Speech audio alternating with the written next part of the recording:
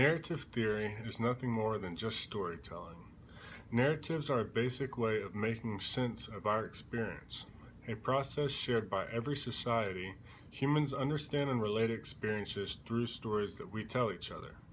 We tell stories about ourselves, and even without an audience, we all tend to organize bits and pieces of that story into our head. There are many forms of communication used through narrative theory, whether it is a lyrics to a popular song, a story that a news anchor tells us, or stories in the newspaper. One of those popular songs that I have thought of is Three Little Birds by Bob Marley, and you can definitely hear the narrative theory within the lyrics. The chorus includes, "Rise up this morning, smile with the rising sun. Three little birds pitch by my doorsteps, singing sweet songs of melodies pure and true." This is a perfect example of storytelling, or in narrative theory, because the lyrics are actually telling us a story of three little birds. After reading or hearing the lyrics to this song, one can actually imagine this happening on a beautiful Sunday morning. Narratives are all around us, whether on the radio, in a movie, or communicating interpersonally with a friend. So this week we were talking about narratives, and narratives are basically telling stories, and narratives have a beginning, middle, and end, and they're pretty much the universal way of, getting things across to people and, sharing different experiences. So one form of narrative theory is called structuralism, and structuralism is a method of analysis that looks deeper into the meanings of narratives. So in other words, structuralism looks at how different things are perceived and understood. And I know in the textbook it talks about how gays are perceived through television shows, but we're actually going to look at women now. And we've all seen every single pretty much superhero movie, including Batman, Superman, then you have the Avengers and Iron Man. And if you've noticed, they're all pretty much about men. It's rare that you ever see a woman. And besides Catwoman and Black Widow and Batman and the Avengers, women aren't really seen as the, savior. They're more seen as the person who needs to be saved. So let's look at women in their portrayal in superhero movies from Marvel and DC Comics. So in addition, men are seen as the heroes and they're always trying to save that damsel in distress.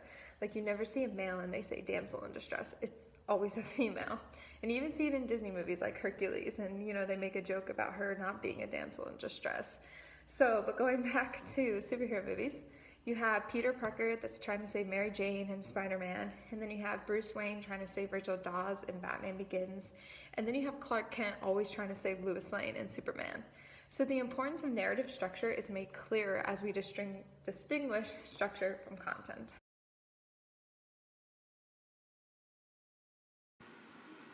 We always hear people say, what's your point of view, or, respect others' points of view.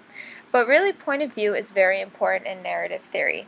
Point of view is an important cinematic term that raises questions about where the viewer is positioned in relation to the screen characters in the narrative world. So basically, in lay terms, that means that when you watch movies and you see the main character, you'll always kind of see them close up. You'll never really see secondary characters or background characters, from a close proximity. This is to make people have a connection with others. So looking into the example, I think of the movie Cars, and at the very beginning, you're in Lightning McQueen's head and he's getting ready for the race. Okay, here we go. Focus. Speed. I am speed. One winner, 42 losers. I eat losers for breakfast. Another point of view is actually seeing from the person's eyes, and in order to gain a connection with others, people will use their point of view in order to create that connection. So as you can see in Cars, when Lightning McQueen is driving with Sally, the camera angle is now from Lightning McQueen's eyes. So that kind of gives a connection of what Lightning McQueen was actually looking at.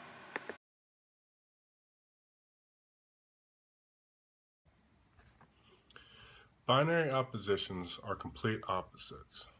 The reading defines binary oppositions by a means of cultural classification that splits the world into dualistic opposing categories. Perfect example, male and female. The example it includes is understood in relation from right to left, up to down, light to dark, good to bad, black to white, masculine to feminine. All, again, complete opposites. Many of us watched the Batman movie, The Dark Knight, and this is a perfect example of binary oppositions. The entire movie is based on one thing: Batman versus the Joker, good versus evil. Even within the movie, more times than not, when they show the Batman, the scene is more light, but when the Joker enters into the scene, it becomes more dark. The producers really show the binary opposition of Batman versus the Joker, and it definitely stands out. There are many narratives that include binary oppositions, including the songs that we listen to, the movies that we watch, and the TV shows too.